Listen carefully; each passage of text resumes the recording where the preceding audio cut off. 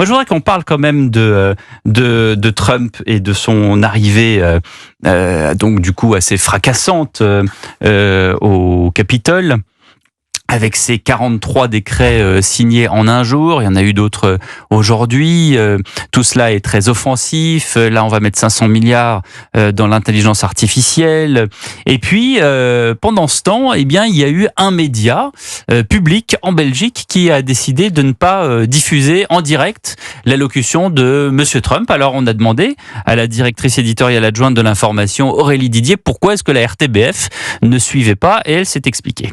Alors on a constaté à plusieurs reprises que Donald Trump a tenu des propos racistes, d'extrême droite, xénophobes, d'incitation à la haine également. Et donc nous avons décidé de diffuser ce discours avec un léger différé pour prendre tout simplement le temps de l'analyse du décryptage. C'est une pratique que nous appelons avec un terme technique qui s'appelle le cordon sanitaire médiatique et qui nous permet tout simplement d'éviter de banaliser des propos d'extrême droite. Il ne s'agit certainement pas de censure. Évidemment que la RTBF ne pratique pas la censure. Ce n'est pas pour autant, et je tiens vraiment à le préciser, que la RTBF est pro ou anti-Trump.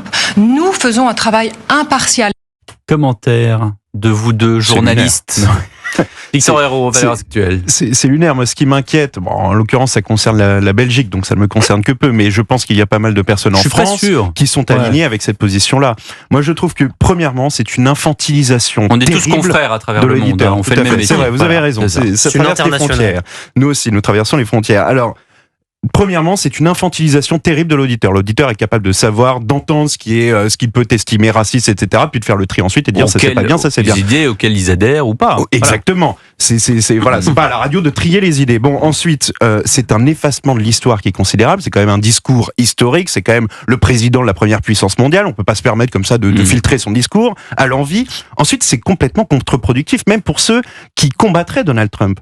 On a le droit d'entendre, de savoir quels sont ses arguments, quelles sont ses positions, ce qu'il compte faire, même pour combattre dans l'idée ce que va faire Donald Trump. Donc c'est contre-productif, pardonnez-moi, de ce point de vue-là. Et puis ensuite, il y a un rapport à la réalité qui est complètement biaisé. Ça ne fera pas disparaître le discours de Donald Trump, ni les positions de Donald Trump, ni les actes, puisqu'on voit qu'il fait très vite passer du discours à l'acte, les actes de Donald Trump et de l'Amérique. Le simple fait de trier le discours ne permettra pas d'effacer tout cela. Donc il y a un rapport à la réalité que je trouve très curieux, qui est que je me cache les yeux, je me bouche les oreilles et je n'écoute pas ce qui est autour de moi. Louis Oselter. Bon, si la RTBF ne veut plus faire de journalisme libéral, mais je suis pas sûr que ça soit payant en termes d'audience.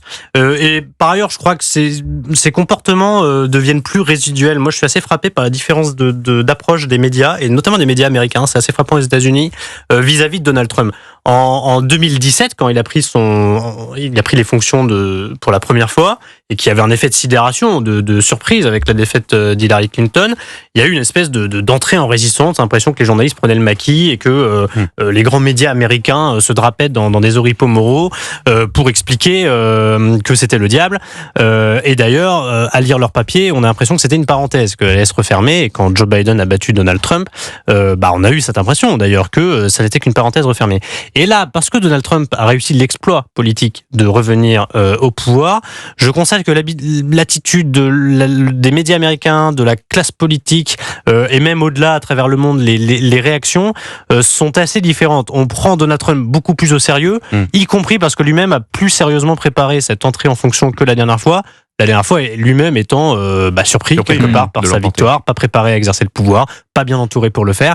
Maintenant, il y a une préparation assez méticuleuse, assez expérimentée de la transition avec Joe Biden. Joe Biden, d'ailleurs, a collaboré sur certains aspects. Je pense notamment aux aspects géopolitiques, au cessez-le-feu au Proche-Orient. Et Donald Trump arrive en sachant exactement ce qu'il veut faire, et c'est pour ça qu'il a pu signer cette rafale de décrets. Donc le traitement médiatique, je trouve, n'est pas le même. Il y a encore des poches de gens qui sont soit dans le déni, l'aveuglement, la morale, qui croient encore que en fait notre métier consisterait à faire la morale, mais je crois que justement faire de la ségrégation, oui, et de la censure même, ça oui, ça non, ça oui, ça non, de la censure, on est quasiment au bord de la censure, mais je crois que justement la victoire de Trump et les victoires d'autres leaders similaires à travers le monde font comprendre aux médias qu'il y a un problème, qu'il y avait un problème dans leur traitement de l'information, et ça entraîne des évolutions dans le traitement de cette information. apparemment, il y a encore quelques poches où on n'a pas compris. 20h45, dans un instant le rappel de l'actualité. Je vous signale quand même que de 9h30 à 11h sur Europe 1, vous retrouvez Thomas Hill pour Culture Média et ses invités demain, Richard Malka pour son livre Après Dieu, paru aux éditions Stock. À tout de suite pour l'actualité.